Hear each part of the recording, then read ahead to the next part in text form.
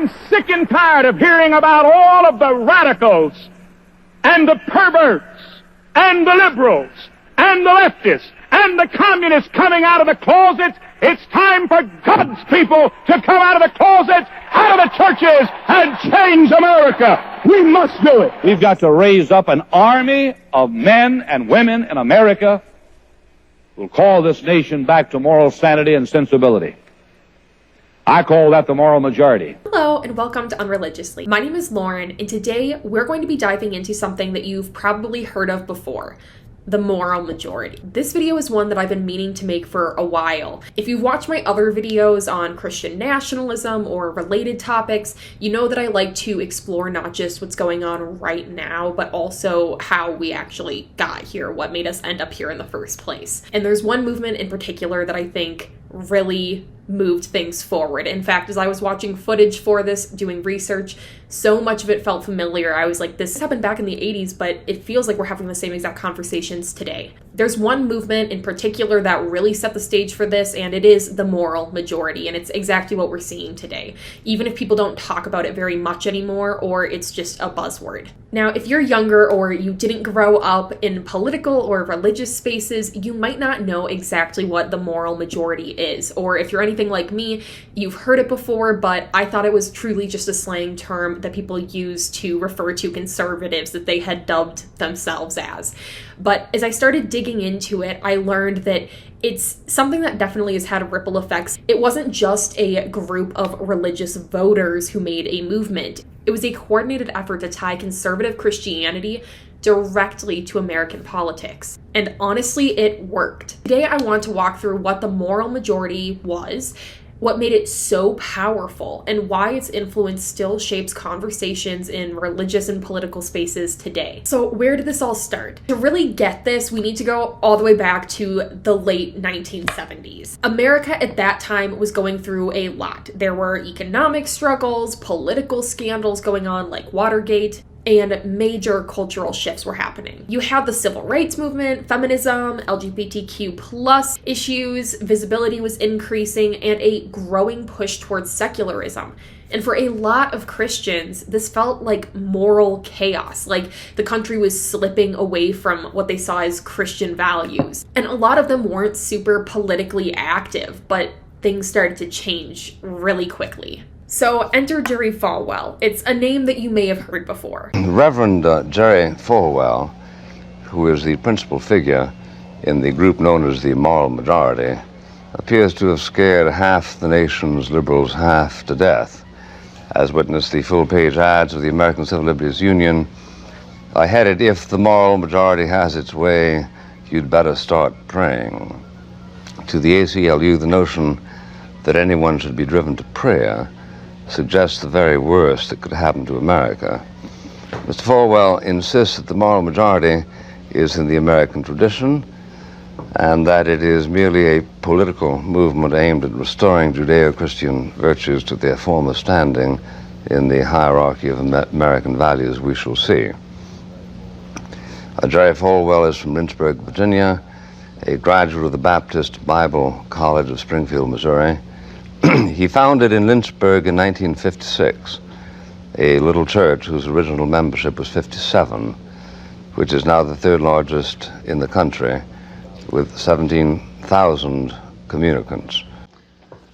Well, Bill, it's first of all, moral majority is nothing more than a special interest group that arose out of necessity.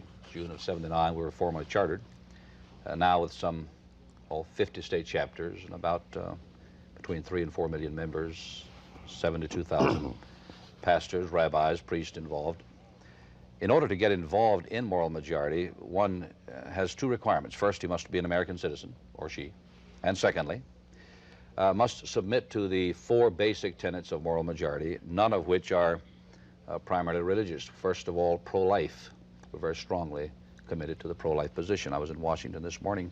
Now, wait a minute. The March for Life. I asked you a specific question, if you don't mind. I'm coming to that last one. We'll go to that because the last one is we're going to cover all these of the things. 4 tenets. We are committed to the pro-Israel position. One cannot belong to moral majority without being committed to the state of Israel and to Jewish people in America and everywhere. And we take more fire from the far right on that issue than anything else. Various magazines write us up as blindly pro-Jewish, pro-Israel, et cetera, promoting. Jerry Falwell was a Southern Baptist pastor and televangelist with a big following, especially through his show, The Old Time Gospel Hour. Even if you don't recognize the name Falwell, you probably recognize the name of that show. He wasn't a big political guy at first, and he actually used to preach against mixing faith and politics, but that changed when he saw a moral emergency that he had to alert the American church about. Around the same time, some very conservative political thinkers realized something. There was this massive group of evangelical Christians who weren't voting, or at least weren't voting in full force. More of them could be. And if you could get them organized, that was a political goldmine. So Falwell teamed up with a guy named Paul Weyrich, who basically coined the term moral majority, and they launched a whole new political movement in 1979. On the surface, they said they were standing up for traditional family values, but when you dig into what that actually meant, it became clear that they were very focused on opposing things. Abortion, feminism, gay rights, secular education, pornography, basically anything that they saw as contributing to the moral decline of America.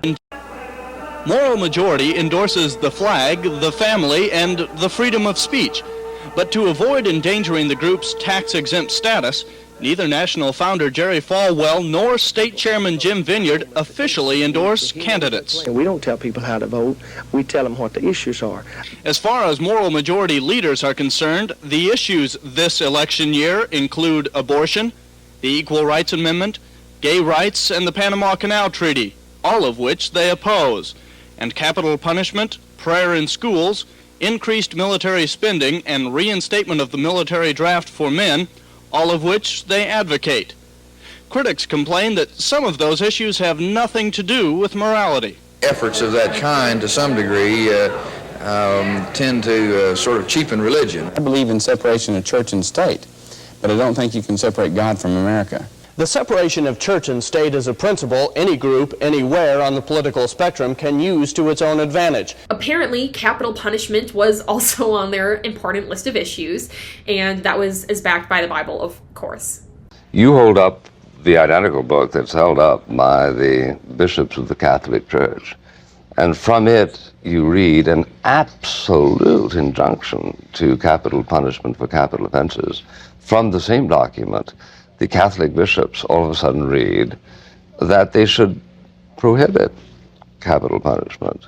How can you deviate so markedly in your interpretation of a single document? Well, is it invincible ignorance on the part of the Catholic? No, it isn't, and nor on the part of those who take the other position. That, to me, is the wonderful privilege we have in Christendom. Many of my fundamentalist brethren and I would disagree on some issues regarding separation. There we have some brethren who have stronger ideas, some have weaker ideas than I. As long as it is not a matter that is essential, as I see it, to cardinal truth, to the very premise of the Christian faith. Like freedom to practice your religion, for instance. That's correct. Yeah. And I personally believe that the deity of Jesus Christ is a cardinal doctrine. That Christ was not only the Son of God, but God the Son. Well, would you want that incorporated into the Constitution? Oh, of course not. This is a pluralistic state, and our founding fathers, if you check their history out, were anything but fundamental Baptist. They were, some of them may have been, but the majority of them were God-fearing men who were guided by moral and biblical principles. And I would say the influence of the Puritans and the Pilgrims played heavily upon their decisions and lawmaking. But they tried to put together, and I think they were successful, a country in which a Madeleine O'Hare can live, a black Muslim can operate without intimidation, an Orthodox Jew, a fundamentalist Baptist, Roman Catholic institution, and little by little we're coming to maturity and to fruition in this country where everybody's willing to let what the Founding Fathers had in mind happen. They were huge on school prayer. They wanted creationism taught alongside evolution, and they really pushed this idea that America had lost something, and that if Christians didn't take action, they were going to lose everything else too. To what extent should an individual American be penalized as the result of his being or her being a homosexual. Now let's, for a moment, unburden ourselves of the psychic responsibility of trying to figure out why it happened. Mm-hmm. Some people say it can be congenital, some people say it can be the result of the behavior of the parents or whatever. Let's forget it. You got homosexual John Jones. They're here. He applies for a license to teach in the public schools. He is objectively qualified in the sense that he knows his field. You say he shouldn't be permitted to teach. No, I don't say that. All right, what do you say? I say that if he is a latent homosexual. How do you know he was latent? Well, I mean, maybe he'll tell you that. Maybe he'll say, I am a homosexual, but I promise you two things. I will not flaunt it in the public classroom as an acceptable alternate lifestyle. And number two... You mean I will not advertise it? I will not advertise it as an acceptable lifestyle. And number two, I will not solicit students. I will not attempt to... Well, but that's true of a heterosexual, too. He's not supposed to solicit... A promiscuous heterosexual, a fellow's running around with his wife, for example. Yeah. But when he comes to the classroom, he doesn't suggest that's a good way to live. He doesn't discuss that with his pupils, nor does he attempt to solicit young ladies in his classroom. I would say that you cannot deny either of them the privilege to teach in a publicly funded school. Interesting. So you would have Hudson voted... Catholic, you can. Okay, so At the school I head up, I can. So you would have voted against the proposition in California that would have sought to deny to any person known to be a homosexual the right to teach in school. That is... You would have said only if he had propagandized for homosexuality in the school. I participated in the Dade County referendum opposing it, because the Dade County referendum...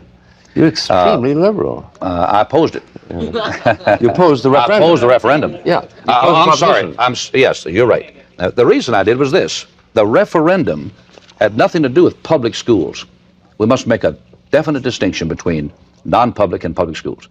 Schools that accept federal funds, tax funds, are totally a different category.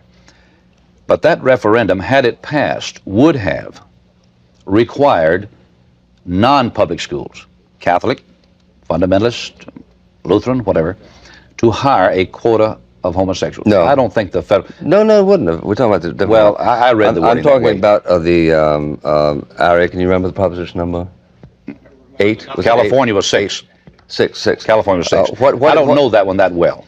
I went out there... Well, it's very easy. What it said was that any person identified as a homosexual could not continue to hold down his portfolio. All right, I didn't understand it to say that. School. And it would not require that he should solicit publicly in behalf of homosexuality. The wording that I use is openly flaunting and or soliciting disqualifies a promiscuous heterosexual or homosexual from teaching in any public school. What about holding public office? No, same thing. Same thing what? The same thing as I said about the public teacher. So the moral majority built a massive infrastructure. They weren't just preaching from the pulpit. They were building mailing lists, they were running voter drives, organizing on local levels, lobbying politicians, and working media channels to push their message. They knew what they were doing. The nomination and subsequent election of Ronald Reagan and the election of a conservative Congress brought the new Christian right into the forefront of the American political scene. National organizations like Moral Majority and dozens of smaller groups urged voters to consider moral and biblical issues in choosing a candidate. Since the election, the new Christian right has remained busy. This is a Georgia group, MOM, or Mothers on the March. They joined pro-life forces from around the country for a march on Washington earlier this year. Organizations like MOM, although not directly affiliated with Moral Majority or other national groups, are considered the backbone of the Christian movement. Businesses always lobbied government, and so have people with moral concerns. Not long ago, those with a moral objection to the Vietnam War tried to influence government. 60 years ago, those who opposed drinking on moral grounds influenced the government very effectively. So while the controversy now is the new right becomes heavily involved in politics. And people listened, a lot of people. Within a few years, they become a serious political force. They played a huge role in getting Ronald Reagan elected in 1980, and then again when he got reelected. Reagan wasn't even a particularly religious guy, but he courted their support because he knew how powerful they were. The moral majority had become a voting machine. They are considered by the moral majority as a threat to American society. What is it about them that scares you? Basically that they're not very tolerant people. They're fundamentalist Christians. I have nothing wrong with people believing in God or having spiritual values, but when one group has a very narrow interpretation of the Bible or the Quran or whatever and decides they should force it on everybody else by bending the law, by harassing people through violence, and through censorship, I figure it's time to object. Well, let's talk about censorship. Last year, for some reason, Mickey Mouse cartoons were taken off air. Why was that? I never heard about that, and I'm not sure I believe it. Oh, well, okay, well... you aren't thinking of Mighty Mouse, Mighty Mouse, sorry. Oh, no, I wish Mickey Mouse had been taken off. Okay, Mighty this Mouse, is a perfect example of how the religious right operates. Okay, there was an episode of Mighty Mouse. Was that shown in Australia? Oh, Mighty yeah, Mouse? absolutely, Okay, so yes. you know who Mighty Mouse is. Okay.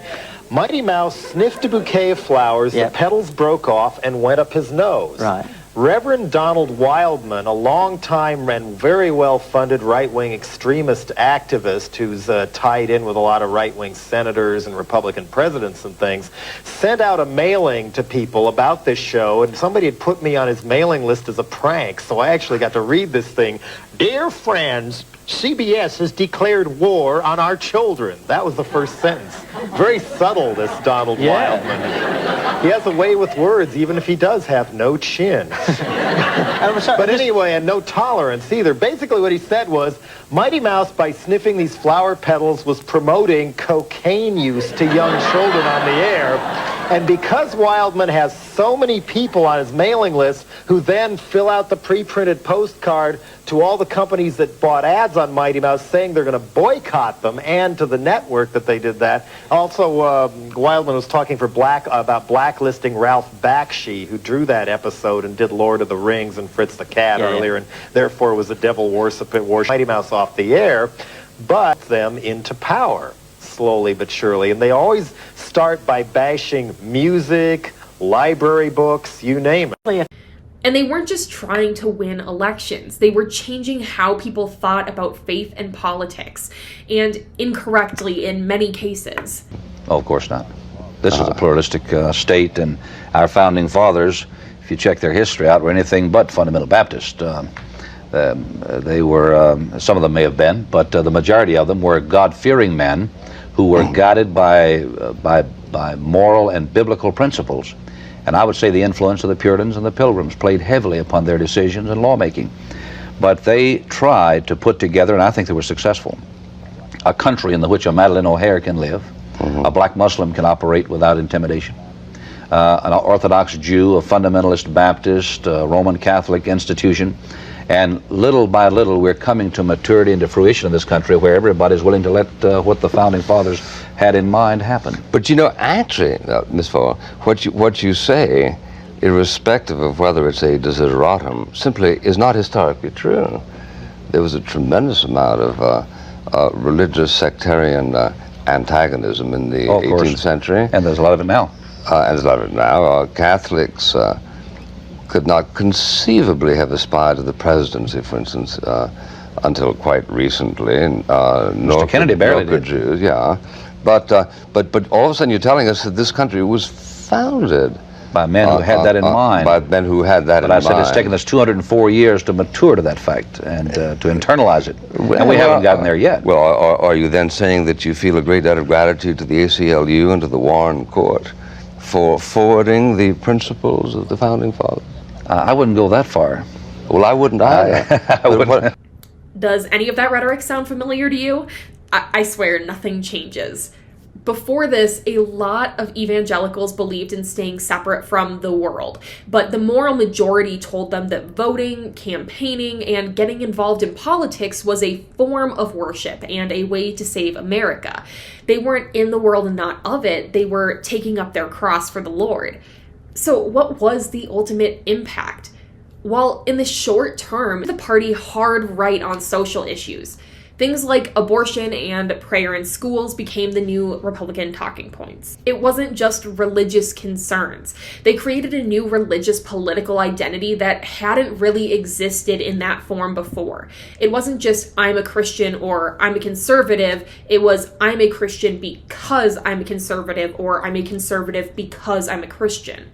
No, it's not a new thing, because there has been religious influence on American society from not only from the beginning of the Republic, but from the beginning of the colonies as well. Church-state separation.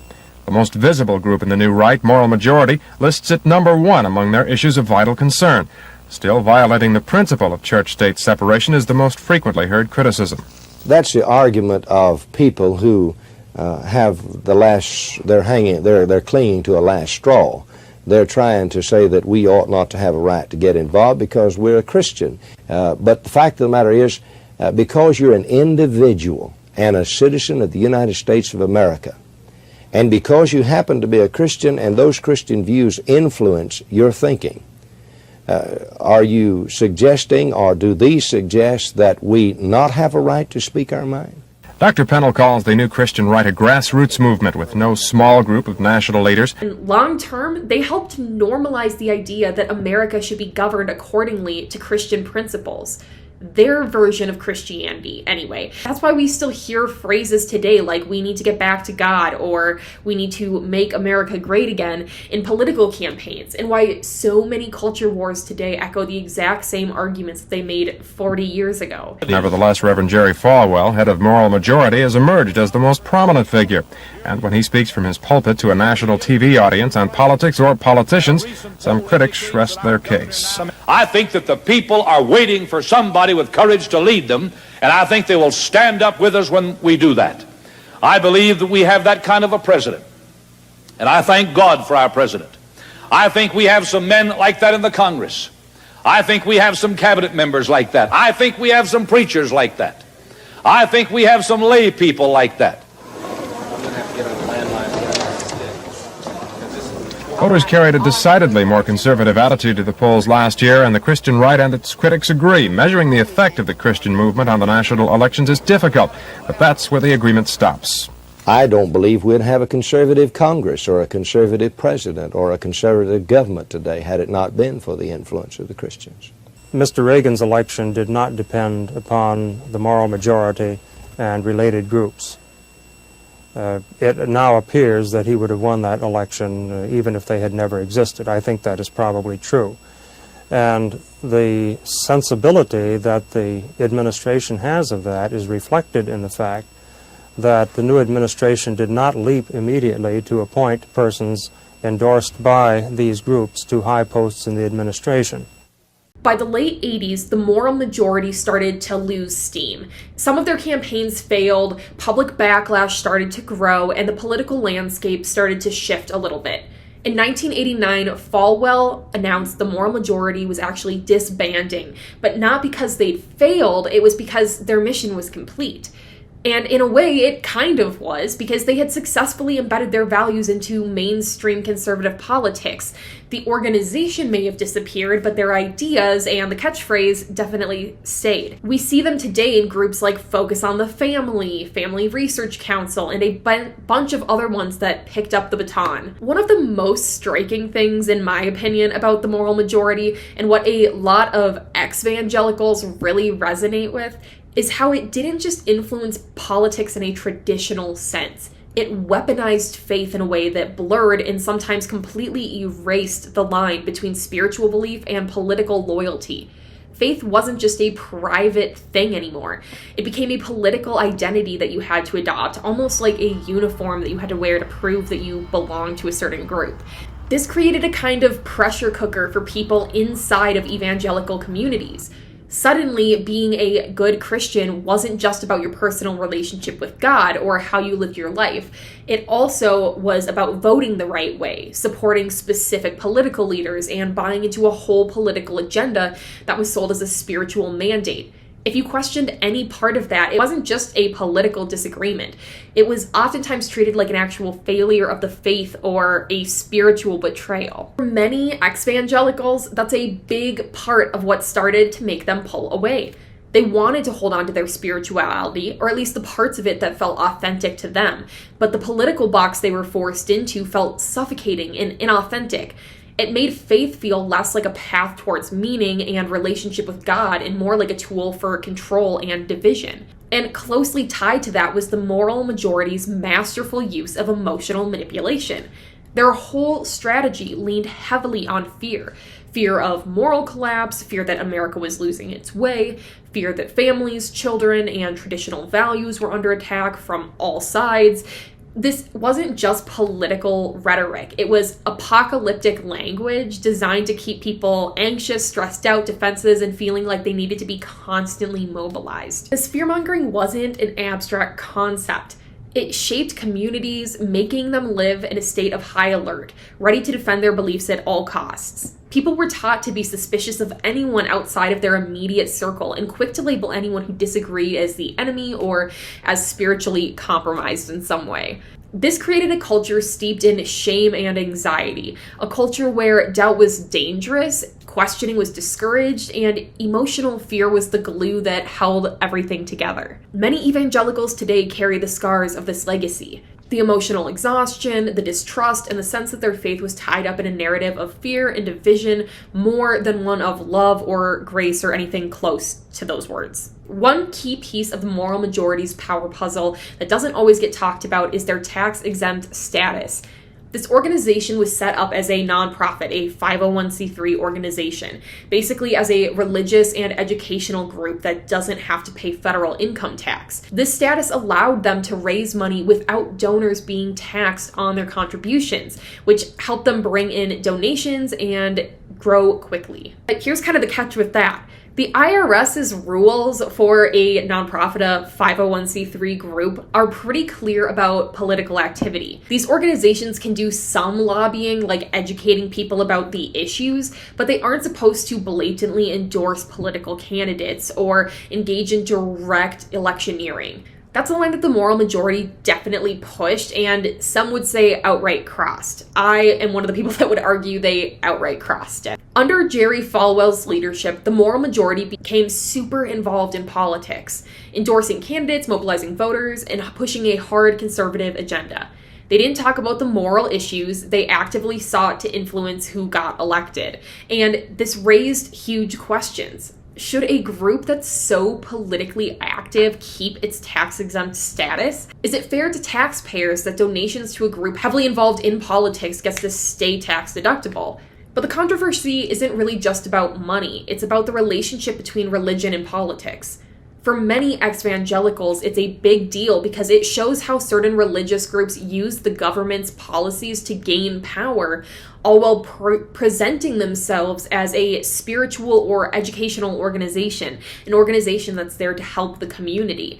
It blurs the line between church and state in ways that some people found pretty troubling. Plus, this tax-exempt status gave the moral majority a huge advantage over other political actors. They could raise millions in donations from churches, individuals, and corporations while not paying any taxes on that money. That cash funded expensive programs, media campaigns, media outreach, grassroots organizing. It amplified their influence far beyond what a typical political group could afford. Today, this legacy lives on in many conservative religious organizations, and they still benefit from tax-exempt status while pursuing political agendas, and it raises ongoing debates about these issues.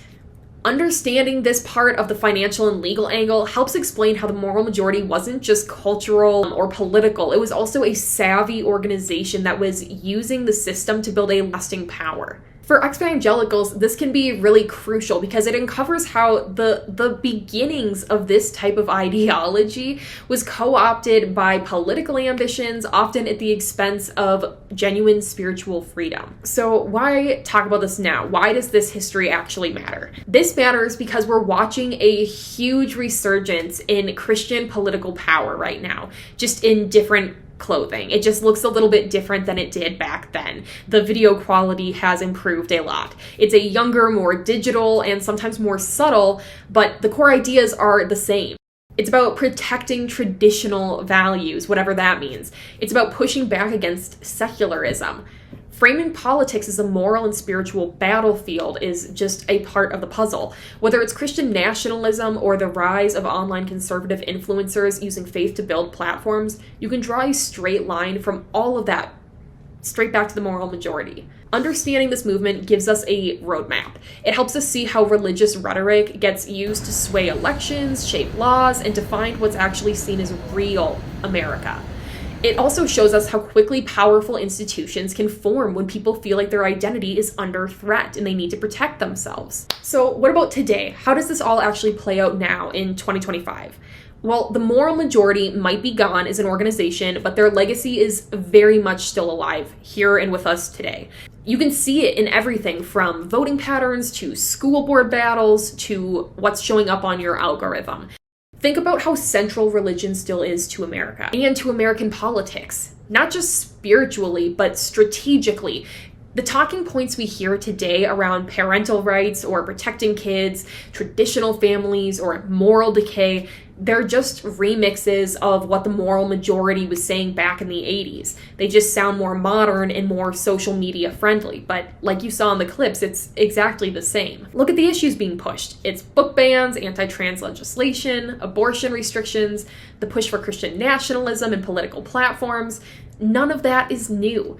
That's a continuation. We're still living in the world that the moral majority built for us. What we're seeing now is the moral majority 2.0 with new faces, more tech-savvy methods, and a much deeper understanding of how to emotionally charge a base. Groups like Moms for Liberty or influencers aligned with Turning Point USA, or even members of Congress who openly will say things like America is a Christian nation, that's the playbook. They're using the same tools. It's the fear of moral decline, an urgency to take the country back, and a framing that says that if you're not with us, you're against God. The difference is that today, it's even harder to untangle because it's wrapped up in viral content, culture wars, and algorithm-fed echo chambers. And just like in the moral majority days, it's still deeply exclusionary. It still centers a very specific kind of Christian identity, often a white, conservative, heterosexual, the ideal. Everyone else is seen as a threat to be pushed out, silenced, or legislated against. So if you're wondering why it matters to learn about this stuff, this is why, because history is repeating itself today. Because it's not history that's just staying in the past. It's very much present, evolving, and still shaping the direction of American life. So what do you guys think? I'm really excited to hear your opinions. Have you guys heard about the moral majority before? Do you still see the influences today? I would love to hear your guys' thoughts in the comments. Thank you guys so much for watching. I really appreciate it. You guys have been amazing supporting me. I just shared that I did lose my job, and a lot of you guys have been asking how you can support me. The best way, please do not donate me money. I do not want you guys to be taking money out of your own paychecks for me, but it does really help to watch the videos and like them or to share them. Commenting really helps. So all of that, if you would like to support me, that does truly directly go to support me. Otherwise, the memberships are open. That means that you'll get the videos about 24 hours before they go live. I'm still working on being a little bit more consistent with my videos and the uploads and all of that, but that's another great way for you to support me. Let me know if you guys have any questions in the comments below. If you are interested in a specific topic that you'd like me to cover, or you want to come on the channel to share your story, there is a form that's linked in the description of my channel. Please go fill that out. It takes me a little bit to get through all of them, but I will get back to you at some point if you are a good fit, so do fill that out. I do read through all of them, I promise. And yeah, I hope you guys have a great week. Because sadly, in the United States, religion, women, and the family are all under attack by its godless population. Good Christian men are no longer allowed to marry children, which was commonplace before America's decline into degeneracy. What's more, by allowing gay people to marry, straight marriages are no longer valid. By eliminating traditional gender roles, women are now allowed to exercise their free will in such audacious spaces as the workplace and even the voting booth. Now, in this new dystopia, women are brutally denied the opportunity to have men control every aspect of their lives. No longer can they choose to have a family, but even worse than that, no longer can a man have the freedom to force them to have a family. Though with the overturning of Roe versus Wade, there may be some light at the end of that birth canal. For now, at least women can be forced to have babies. Hopefully, this is a sign of a new Christian revival, and if it continues, maybe we'll be able to force people to do other things as well.